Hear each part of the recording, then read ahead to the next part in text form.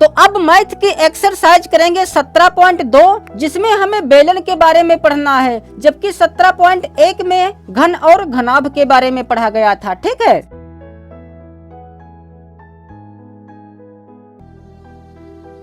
तो इसमें कह रहा है कि उस बेलन का आयतन और वक्र पृष्ठ ज्ञात कीजिए जिसकी त्रिज्या है 3.5 सेंटीमीटर, ऊंचाई 8 सेंटीमीटर। फिर दूसरे सवाल में त्रिज्या है 2.1 मीटर और ऊंचाई है 5 मीटर। तो चूंकि यहाँ पर आयतन और वक्र पृष्ठ पूछा गया है, तो पहले सवाल में तो बेलन का जो आयतन होता है वह होता है पाई आर स्क्वायर एच, जहाँ आर क्या होती है, त्रिज्या होती है, और एच ऊंचाई होती है।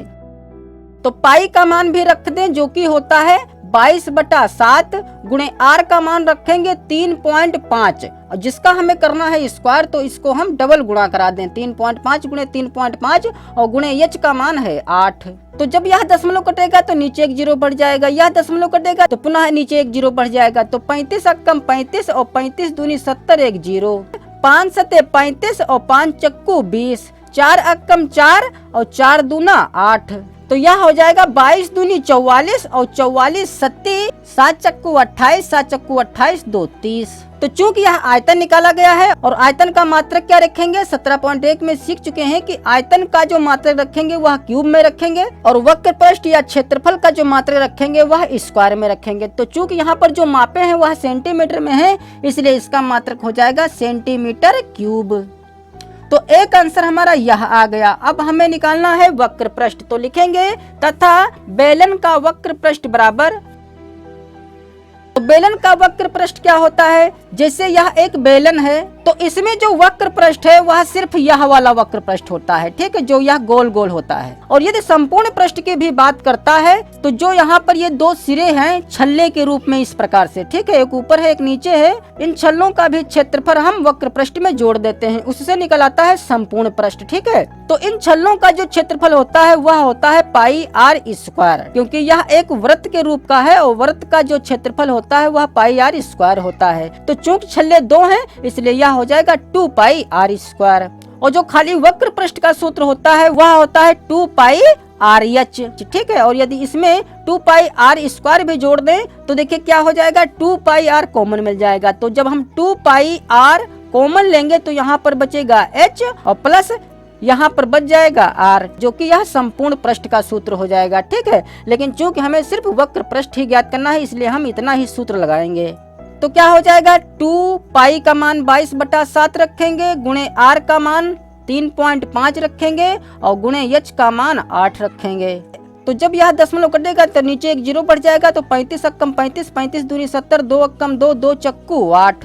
तो यह हो जाएगा 22 दूनी 44 और 44 चक्कू हो जाएगा 4 चक्कू 16, हासिल 4 चक्कू 16, 1 17। तो यह हो जाएगा 176। और चूंकि यह वक्र पृष्ठ है और वक्र पृष्ठ का मात्रक रखेंगे स्क्वायर में, तो यह हो जाएगा सेंटीमीटर स्क्वायर। अतः वक्र पृष्ठ का आंसर यह हो जाएगा।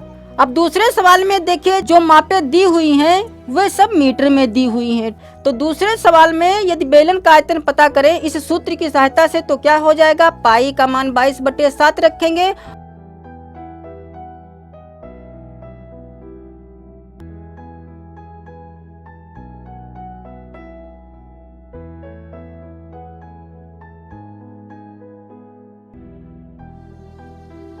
अब देखिए जो तीसरा क्वेश्चन है जिसमें कह रहा है कि एक बेलन के सिरे का व्यास 9 सेंटीमीटर है और आयतन 1980 घन सेंटीमीटर है, ऊंचाई ज्ञात कीजिए।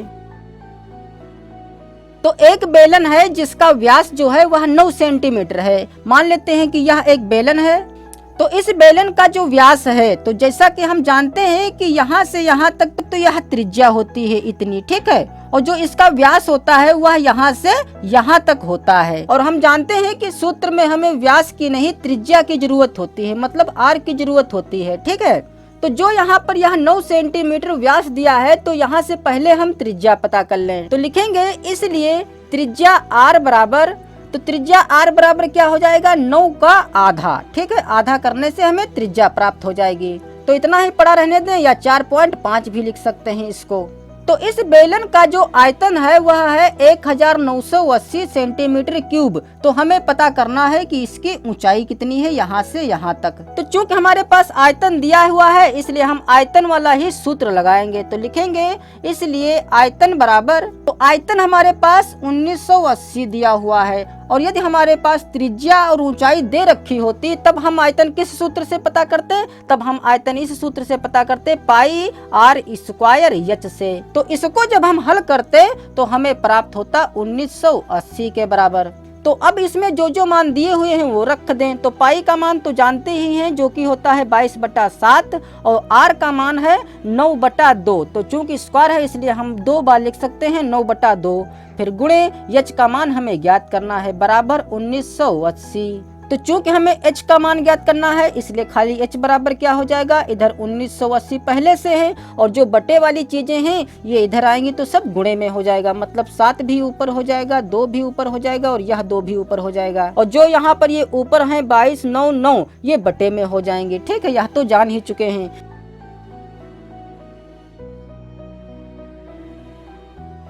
तो यह हो जाएगा 280 और बटे में है 9। तो जब 9 से हम भाग कराएंगे 280 में तो यह आ जाएगा 31.1। और चूंकि जो यहाँ पर ये मापे दी हुई हैं यह सेंटीमीटर में दी हुई हैं, अतः जो इसकी ऊंचाई आएगी वह सेंटीमीटर में आएगी। अतः यह हो जाएगा हमारा आंसर। अब देखिए जो अगला क्वेश्चन है चौथा, इसमें कह रहा है कि एक बेलन के वक्र पृष्ठ में वर्ग सेंटीमीटरों की संख्या उसके आयतन में घन सेंटीमीटरों की संख्या के बराबर है। सिरे की त्रिज्या ज्ञात कीजिए। जैसे यह एक बेलन है तो इस बेलन के जो वक्र पृष्ठों में वर्ग सेंटीमीटरों की संख्या है, मतलब जो इसका वक्र पृष्ठ है, मतलब इसके जो वक्र पृष्ठों में सेंटीमीटरों की संख्या है। सेंटीमीटरों की संख्या मतलब इसका मान लेते हैं कि वक्र पृष्ठ जो है वह 72 वर्ग सेंटीमीटर है। ठीक है, या कुछ और हो सकता है। तो यह बराबर है उसके आयतन में घन सेंटीमीटरों की संख्या के, मतलब जो इसका आयतन है वह भी 72 घन सेंटीमीटर ही है। तो हमें यह पता करना है कि इसकी त्रिज्या कितनी रही होगी जिससे कि वक्र पृष्ठ और आयतन दोनों बराबर हैं। तो मान लेते हैं कि जो इसकी त्रिज्या है वह r है। तब प्रश्नानुसार क्या हो जाएगा, बेलन का वक्र पृष्ठ बराबर होगा आयतन के। तो अब यदि इन दोनों का हम सूत्र रख दें तो बेलन का वक्र पृष्ठ का सूत्र होता है 2 पाई आर एच और जो आयतन का सूत्र होता है वह होता है पाई आर स्क्वायर एच। तो चूंकि बराबर के इस साइड में भी पाई है इस साइड में भी पाई है तो इस पाई से यह पाई कट जाएगा, क्योंकि यह बटे में आएगा तो कट ही जाएगा। और इधर 2 आर है इधर 1 आर है तो यह आर जब इधर लाएंगे तो बटे में हो जाएगा। तो इस आर से 1 आर कट जाएगा तो 1 ही आर बचेगा और इस एच से यह एच कट जाएगा तो इधर बचेगा आर और इधर बचा है सिर्फ 2। तो आर को इधर और 2 को इधर कर दें, मतलब इस बेलन की जो त्रिज्या है वह है 2 सेंटीमीटर। अतः यह हो जाएगा हमारा आंसर। अब देखिए 5वें सवाल में कह रहा है कि 1 घन सेंटीमीटर तांबे के टुकड़े को पिघलाकर 1 मिलीमीटर मोटा तार खींचा गया है। तार की लंबाई ज्ञात कीजिए। तो जैसा कि सवाल में कहा गया है कि 1 घन सेंटीमीटर तांबे के टुकड़े को पिघलाकर, मतलब जो तांबे के टुकड़े का आयतन है वह है 1 घन सेंटीमीटर। जैसे मान लेते हैं कि इस प्रकार का यह एक कोई तांबा है जिसका आयतन जो है वह 1 सेंटीमीटर क्यूब है। तो इसे पिघलाकर 1 मिलीमीटर मोटा तार खींचा गया है। जैसे यह तांबा है 1 सेंटीमीटर क्यूब आयतन का, तो इसे पिघलाकर 1 मिलीमीटर मोटा तार खींचा गया है। तो हमें यह पता करना है कि इस तार की लंबाई कितनी होगी। तो चूंकि तार गोल रहेगा मतलब बेलनाकार रहेगा इस प्रकार का, ठीक है। तो इसकी जो मोटाई दे रखी है, मतलब जो यहाँ पर यह गोल है इस प्रकार से, तो जो इसकी यहाँ से यहाँ तक दूरी है वह है 1 मिलीमीटर, क्योंकि सवाल कह रहा है कि 1 मिलीमीटर मोटा तार खींचा गया। मतलब इस तार की जो मोटाई है और जो मोटाई होती है वह व्यास के बराबर होती है, क्योंकि यहाँ से यहाँ तक जो दूरी है यह व्यास ही है, ठीक है। और हम जानते हैं कि सूत्रों में हमें त्रिज्या की जरूरत पड़ती है। तो त्रिज्या कैसे पता करेंगे हम, व्यास का आधा करके। तो व्यास है 1 मिलीमीटर तो इसका हम आधा कर देंगे तो यह हो जाएगा 1/2 मिलीमीटर। तो तो लिखेंगे तार की त्रिज्या बराबर, और चूंकि यहाँ पर जो तांबे के टुकड़े का आयतन है वह सेंटीमीटर में दिया हुआ है, इसलिए इस मिलीमीटर को भी हमें सेंटीमीटर बनाना होगा। तो हम जानते हैं कि जो 1 सेंटीमीटर होता है वह 10 मिलीमीटर के बराबर होता है। ठीक है, तो चूंकि यहाँ पर मिलीमीटर दिया हुआ है तो इसे सेंटीमीटर बनाएंगे, मतलब छोटी इकाई से बड़ी इकाई बनाएंगे तो हमें भाग कराना पड़ेगा। तो यह हो जाएगा 1/2 बटे में हो जाएगा 2 × 10। तो अब यह बन गया सेंटीमीटर। तो बराबर यह हो जाएगा 1/10 दूना 20 सेंटीमीटर। तो जो तार की त्रिज्या है वह भी हमें पता चल गई। और चूंकि सवाल ने कहा था कि जो यह तांबा है तो इसे पिघलाकर ही यह तार बनाया गया है। ठीक है, इसका मतलब जितना आयतन इसका होगा उतना ही आयतन इसका होगा। तो इसका आयतन तो दे ही रखा है 1 सेंटीमीटर क्यूब। तो हमें इस तार का आयतन पता करना होगा। तो चूंकि जो यह तार है तो इस तार की जो आकृति है वह बेलनाकार है, और बेलन का आयतन क्या होता है πr² h। तो चूंकि तार की लंबाई पूछी गई है, ठीक है, तो लंबाई को हम L से प्रदर्शित करते हैं। तो सूत्र में इस h की जगह पर हम L लिख सकते हैं।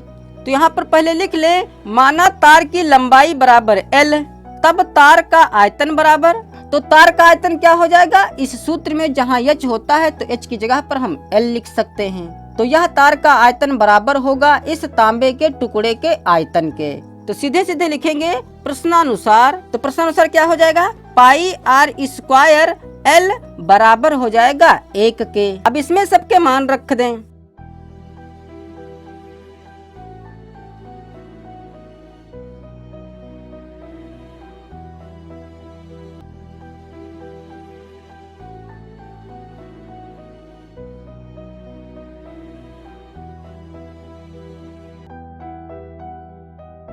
तो यह आ जाएगा 127.27 या 28 रख सकते हैं। ठीक है, तो चूंकि यहाँ पर 2 ही स्थान तक ज्ञात किया गया है इसलिए यहाँ पर हम 7 ही लिखे। ठीक है, और चूंकि यहाँ पर जो माप दी हुई है वह सेंटीमीटर में दी हुई है इसलिए इसका आंसर आएगा सेंटीमीटर में। अतः यह हो जाएगा हमारा आंसर।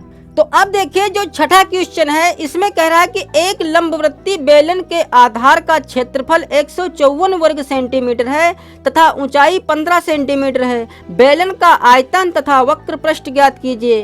तो प्रश्न में कहा गया है कि एक बेलन है, तो इस बेलन के जो आधार का क्षेत्रफल है वह दिया हुआ है 154 वर्ग सेंटीमीटर, और इस बेलन की जो ऊंचाई दे रखी है वह दी हुई है 15 सेंटीमीटर। तो ऊंचाई को h से प्रदर्शित करते हैं तो h बराबर दिया हुआ है 15 सेंटीमीटर। तो हमें इस बेलन का आयतन और वक्र पृष्ठ ज्ञात करना है। तो देखिए आयतन ज्ञात करने के लिए सूत्र क्या होता है πr²h, और वक्र पृष्ठ ज्ञात करने के लिए सूत्र होता है 2πrh। तो हमारे पास दोनों सूत्रों में h तो मिल जाएगा, जो कि हम इस h की जगह पर 15 रख देंगे। और पाई का मान तो जानते ही हैं कि 22/7 होता है, लेकिन चूंकि हमारे पास r का मान नहीं है तो पहले तो हम इसकी त्रिज्या r पता कर लें, क्योंकि जो यह आधार का क्षेत्रफल दिया हुआ है तो जो आधार का क्षेत्रफल होता है मतलब इसका निचले वाले हिस्से का जो गोल है इसका जो क्षेत्रफल दिया हुआ है वह दिया हुआ है 154 वर्ग सेंटीमीटर।